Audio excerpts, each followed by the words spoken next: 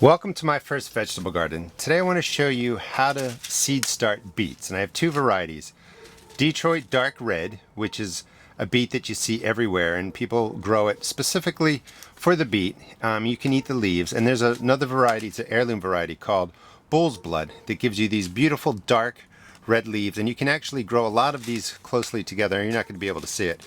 But if you harvest the leaves when they're small, they're very sweet, they're great in salads, and I grew these for the first time last year. The process is the same for starting either one. You want to start with your starting mix. Make sure, I've showed you before, that you thumb pack down your starting mix. This is pretty good. I'm just going to add a little bit more. And you want, getting out the big clumps here, and you want to make sure your starting base is nice and firm so your seed doesn't fall down. And for beets, I just like to press down maybe 1/4 inch. Not quite 1/2 inch, but enough for the single seed to go down deep enough that you can cover it well. So it's about this deep.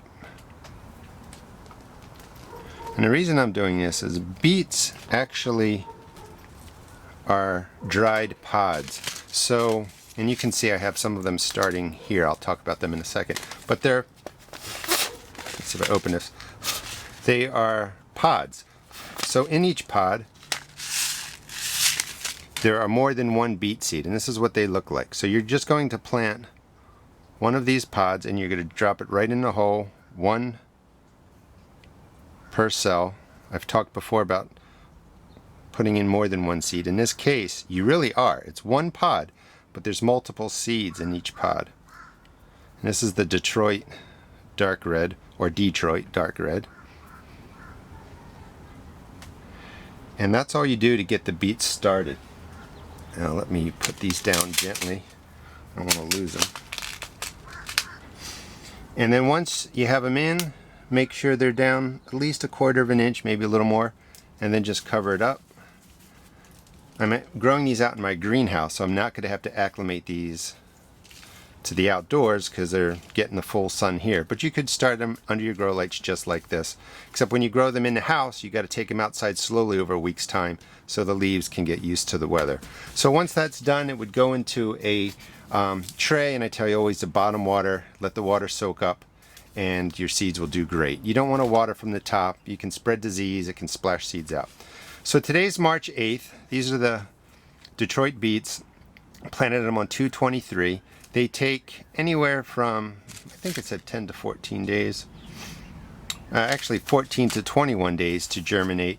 And these took 8 days plus 5, 13 days. So in about 2 weeks, this is what they're going to look like. And you can see more than one plant is coming out of the seed pod. You're going to have to thin these out if you're growing them for the beet. If you're growing the Bull's Blood, you can leave more plants closely together because you're going to just be harvesting the leaves.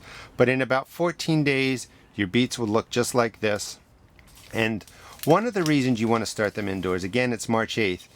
We finally have a 55-degree day today, but it's been really cold. Everything in my garden is frozen solid, so I couldn't start these now. They're ready. They're cool weather crops. They can take a freeze, they can take a frost, but my soil outside can't be worked. So go ahead, start them indoors. You'll save yourself a couple of weeks.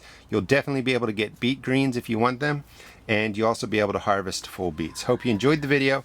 Please check out my blog at www.therustedgarden.blogspot.com, and also check out my YouTube videos. Thanks.